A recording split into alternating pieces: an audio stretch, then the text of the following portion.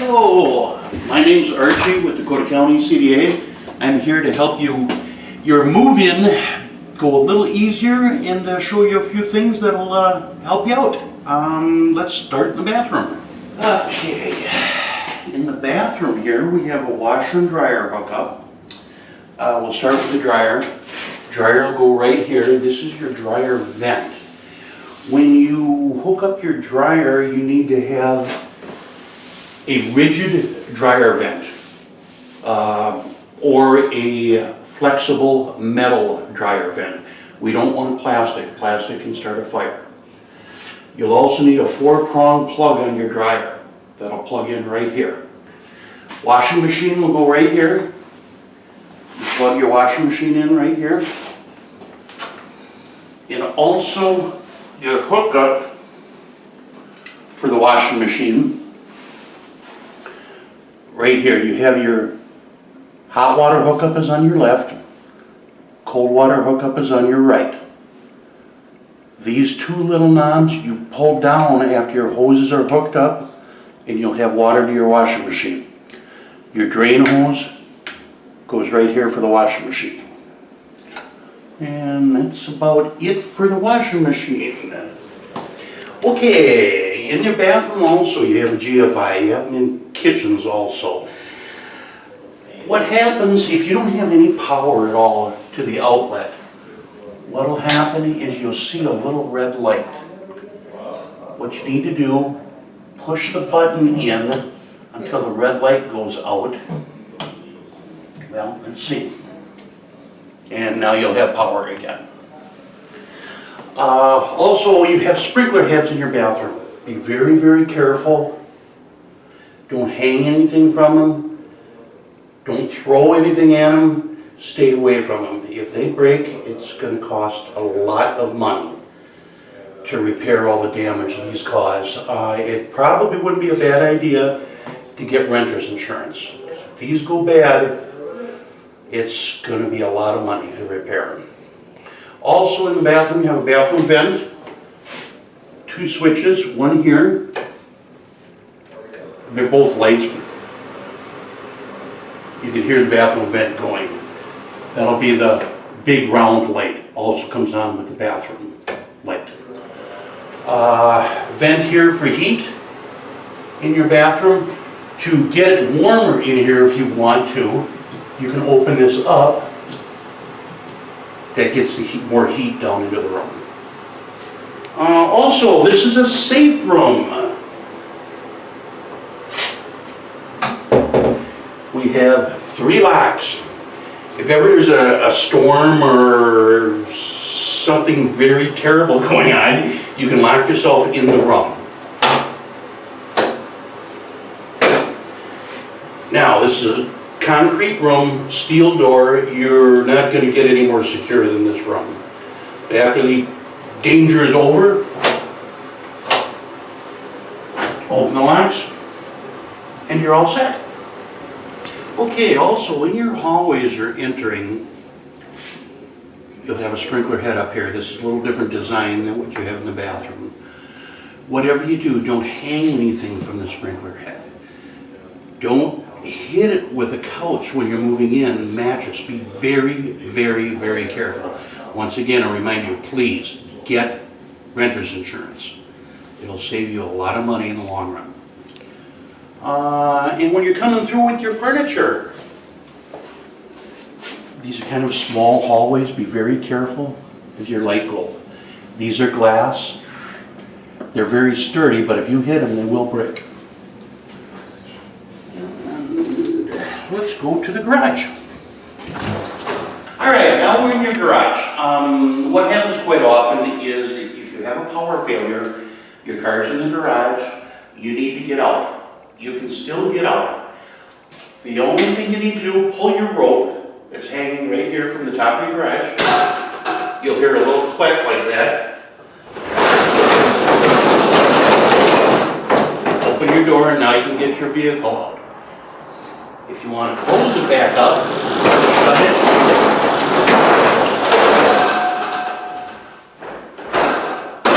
And you're all set until the power comes back on, then it'll go automatic. But if you don't have any power, that's the only way to open and close your garage. Now we'll go to your circuit breakers.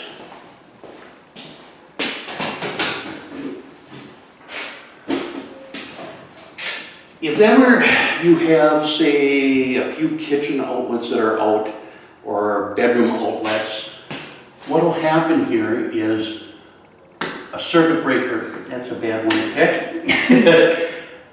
A circuit breaker will look a little crooked. You see how the other ones are close together and this one's a little crooked? All you need to do, shut that all the way off, put it all the way back on, and you're all set. Inside your circuit breaker panel are what all these circuit breakers go to. Up here you have furnace, down here the double one's a dryer, laundry, they're all clearly marked. So you'll know which circuit breaker is bad. Well, you can look at them and see which one's bad and also go up here. Okay, also your garage door, when you have power and it's working, let me show you something. That opens your door. And they have electric eyes on the garage door.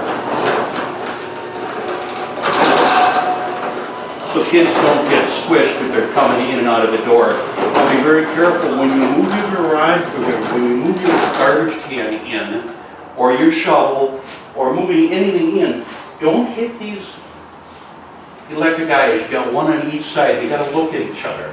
What happens most of the time, people put things in front of them, the garage door won't come down, you call us, we come out, all it is just something in the way of the eye. Just make sure there's nothing in the way of that before you call us, okay? Also in your garage, you have 2 sprinkler heads. Again, be very, very careful of these. If you're moving anything in your garage, don't, like a mattress, don't move them and hit that. You wouldn't believe the damage these things cause. And like I say again, very expensive. You have 2 of them in the garage, in every garage. Okay, underneath your stairs in your unit, you'll see some water lines, and they'll be marked. You gotta kind of crawl back here. One of them is marked main water shutoff. If ever for some reason you have water spraying all over the place, you can't shut the water off underneath the sink or underneath the toilet. You can always come down here. Your water is now completely off. Give us a call and we'll take care of the problem. Also, this top one is your garage faucet shutoff. You have an outside spigot in your garage. You want to keep that off in the wintertime. You don't want it to freeze. It freezes, it floods the unit, and we've got big problems then. Also, one more thing underneath your stairs. A big square box. This is for your cable TV. If you have dish, cable, whatever, your cable man's going to have to come in here and hook up the wires. So, you know where it is, you can show it to the cable man. Okay, next we have is your mechanical room. In your mechanical room, you have your water heater and your furnace. There's not a lot you can do in here. It's an automatic pilot in the water heater. Should never have a problem with the water heater. The furnace, all that needs to be done is filters changed, but we take care of that. We will change filters once a year. About this time next year, we'll be coming through, we'll give you notes, and we'll change the filters. You want to also be very careful. There's a switch on the side of the furnace. If you have children, like most of us do, they like to get in here and turn that switch off. In 20 below zero weather, you're going to know that real quick. You don't have any heat. Just make sure that switch is up, and you should be fine in just a few minutes. You'll feel heat coming out. If not, make sure you give us a call. Okay, now your water heater. In here we have a main gas shutoff, which is marked, I don't know if you can see that or not, main gas shutoff. If for some reason you smell gas in this room and you call the emergency number, you're talking to a maintenance tech on the phone, he may have you turn that valve. It probably will never happen, but you need to know where that valve is. Main gas valve. Also, on your water heater, if you don't have any hot water, you can also try this. It's a GFI also. So if that red light is back on again, all you need to do, push this top button, reset it, you should get your hot water back. It'll be a good hour before you get the water back, but it should get there. And down here we have an outside faucet. This is off at the moment. We don't want them on in the wintertime. They stay on, it'll freeze, and you'll break a pipe and be a heck of a disaster. That's on, that's off. And your water heater. There's an on-off switch on your water heater. Make sure that switch is on all the time. Little kids like to get in here and play with the switch, so make sure it's on. And the little red button here is your, to dial up how hot you want the water. Right now, it's set on B, that's right in the middle. You have hot, A, B, C, very hot, and then low. It's set on B, that should be plenty hot enough for most people. If you want a little warmer, turn to C. It's too warm, you can turn to A, and then you don't have to do anything more after that. And I think that's it. Okay, this is your thermostat and how to operate your furnace. It's really easy to operate. If you see here, the 63 degrees, that's the temperature that's in the unit right now. 63 degrees up here is what the thermostat is set at. To adjust that temperature, there's a plus right here. You hit the plus, and you notice we went up to 64. We're going to take this up to 70 degrees. Right there, and the button next to the minus button says hold here. We're going to press him twice. It'll say permanently hold, and you're set for 70 degrees right now. 70 degrees is a good temperature. If you want a little warmer, just hit the plus. If you want a little cooler, hit the minus. We're going to bring this down to 68. Set it again. Permanent hold, and you're all set. Okay, also on the thermostat, you have a mode. If you hit that mode, it'll say cool. Now you're good for air conditioning. Hit the mode again, that's off. Do not ever turn your furnace off in the wintertime. We're back on to heat, 68 degrees. Permanently hold, and you're all set. Hi, my name's Jim. I'm with the Dakota County CDA. I'm the tech you'll probably see around here for the next couple months, possibly longer. But I'm going to go over your appliances here in the kitchen and kind of show you orientation for your appliances and stuff. So we'll start with the refrigerator here. Your refrigerator does have glass shelves in it, so be careful not to drop like a ketchup bottle or something on it because you could possibly break them. They'll be all preset when you move in. They'll be set on the setting that says recommended. That's where it should be. Usually you shouldn't have to make it colder or warmer. That's usually good. These shelves are adjustable. You can adjust them on different settings here by sliding them out and pushing them in. Okay. Your freezer. Don't overstuff your freezer so that you have so much stuff in there that you can't have room for it to breathe. You're going to have this vent open so that it can breathe and move air properly through the freezer. Okay? Moving this direction, same GFIs as you're going to have in the bathrooms that Archie showed you. If they trip out, you're going to see a red light. This GFI serves other outlets, like this outlet and possibly this outlet. So if for any reason you have an outlet that doesn't have any power, it could be interconnected with that GFI. So all you have to do is reset that. Okay? Your hood vent has a light on it, 2-speed fan.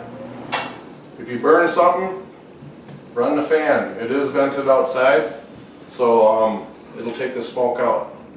So Okay, range, 4-burner range, oven, pretty self-explanatory. You have an oven light here and a slide out drawer on the bottom down here. So working this way toward the sink. Your sink has a garbage disposal, has a sprayer for you to clean your sink out. This here is an air gap for your dishwasher. There is nothing that you need to do with this. It does have a cap on it. So make sure the kids don't take the cap, or that for some reason this cap gets lost. That needs to stay on there. And that works in conjunction with your dishwasher. So that's just basically gonna be there. Your garbage disposal, make sure when you use your garbage disposal that you run water with it. And use plenty of water when you're running your garbage disposal. You're not gonna wanna put anything that gets pasty in a blender or anything like that that would clog it up. So be careful what goes down there. No potato peelings, nothing that would get sticky inside the garbage disposal. Underneath, you do have a fire extinguisher. These are tagged and checked annually. It's there for your use. We recommend that you keep it in the kitchen. Most likely if there's a fire, it'll start in the kitchen. Hopefully you'll never have to use it. Okay. Your dishwasher. Your dishwasher, you have a magnet system. You do not have a soft water softener in this building. It's a magnet system, which is a little different style system. So when using this dishwasher, we recommend that you use a no heat dry. Another recommendation would be to make sure that when you first use this, there's a little cap here that says fill with Cascade dishwasher detergent or jet dry. You're going to want to fill this all the way to the top with jet dry before your first use. And then I recommend using dish tabs, like the hard dish tabs, other than powder, because they work better. And only put one dish tab in here, close your door, go ahead and fire it up, lock it, put it on normal wash. You're going to want your normal wash light lit up. Basically that's probably the only one, unless you're going to do pots and pans, you can do pots and pans. If you turn this heated dry button on, because there's no softener, it will dry your dishes, but it'll dry it faster, which sometimes can cause sediment stuck on your dishes. So I recommend that you have that off. Okay? That's it for now. Hi, now we're upstairs in one of the bedrooms. I'm just going to go over some information on the windows. Also, this includes the windows downstairs. These blinds are aluminum, so make sure that if you have your windows open, if you're going to open these up, you're going to want to have them in the open position like this. Do not open them while they're down like this, because they can cut the strings on the blinds. So you'll have to open them up, pull your blind up, and then I'm going to go over these safety locks on here. These locks are so that the children won't fall out the window. So if you open your window, they're going to stop at about that far open.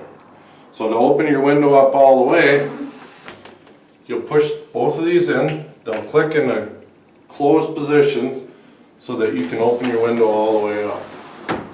Now what's going to happen is when you go back and close your window again, the next time, these are going to pop back out, so you'll have to push that in each time if you want to open it farther than that.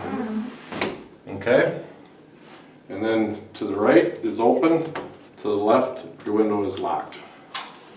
Alright? Your ceiling fan light combination, it has light fixture, and also the ceiling fan is controlled off the main switch, which is over here. So on here you have an actual dimmer for your light. On the left, all the way up is as bright as it'll go. Your fan speed, when you go to number 1, is high. And then you have medium high, medium, and low. All the way up is low. All the way down is completely off. You shouldn't have to change anything on the fan except for the direction. The direction on the fan is this switch right here. So if the switch is in the down position, that means the fan is moving air downward, which they recommend in the summertime.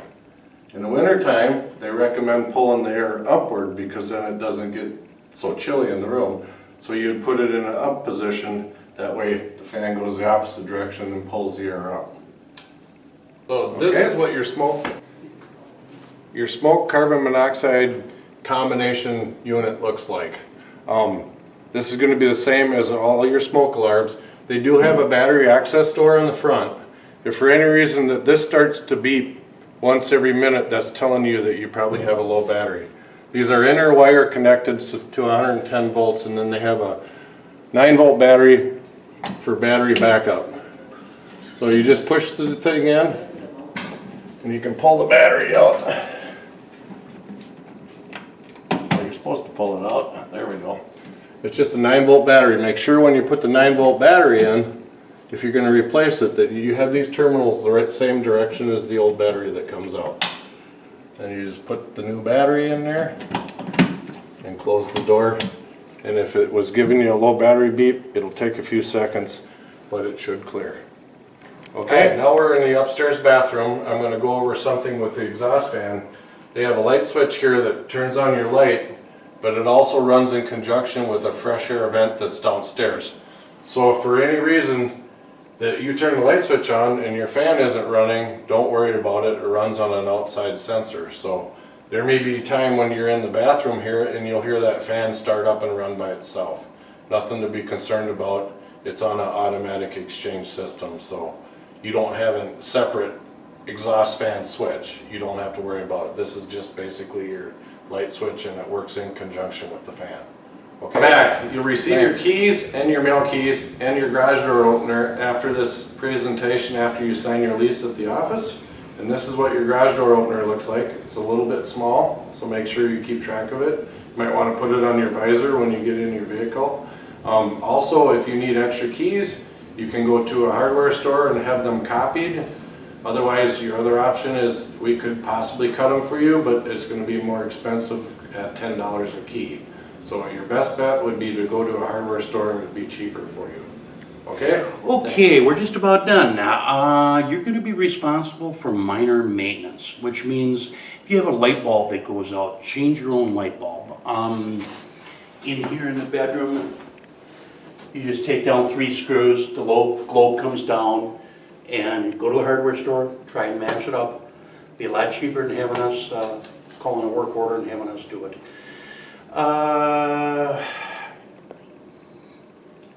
Say you break a faceplate, just take it to the hardware store for just 99 cents. You can have it replaced. It's not a problem. And if your doorknob comes loose, just take a Phillips screwdriver, tighten your doorknob.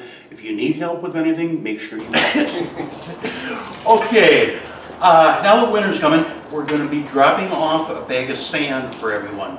You get ice on your driveway, your sidewalk, throw a little sand on there, you'll be just fine. Also, your trash cans. You want to make sure you bring your trash can back into your garage right after it's dumped. They'll let you know what day that is. And you're shoveling. Make sure you shovel your driveway completely, all the way to the road and your sidewalk. If you've got a driveway next to someone, if you're right next to someone, don't build a wall between the driveways. Make sure it's just completely cleared. And that's about it. Well, one thing I'm going to add, the reason that we're dropping off the sand is because we have fresh concrete here and stuff.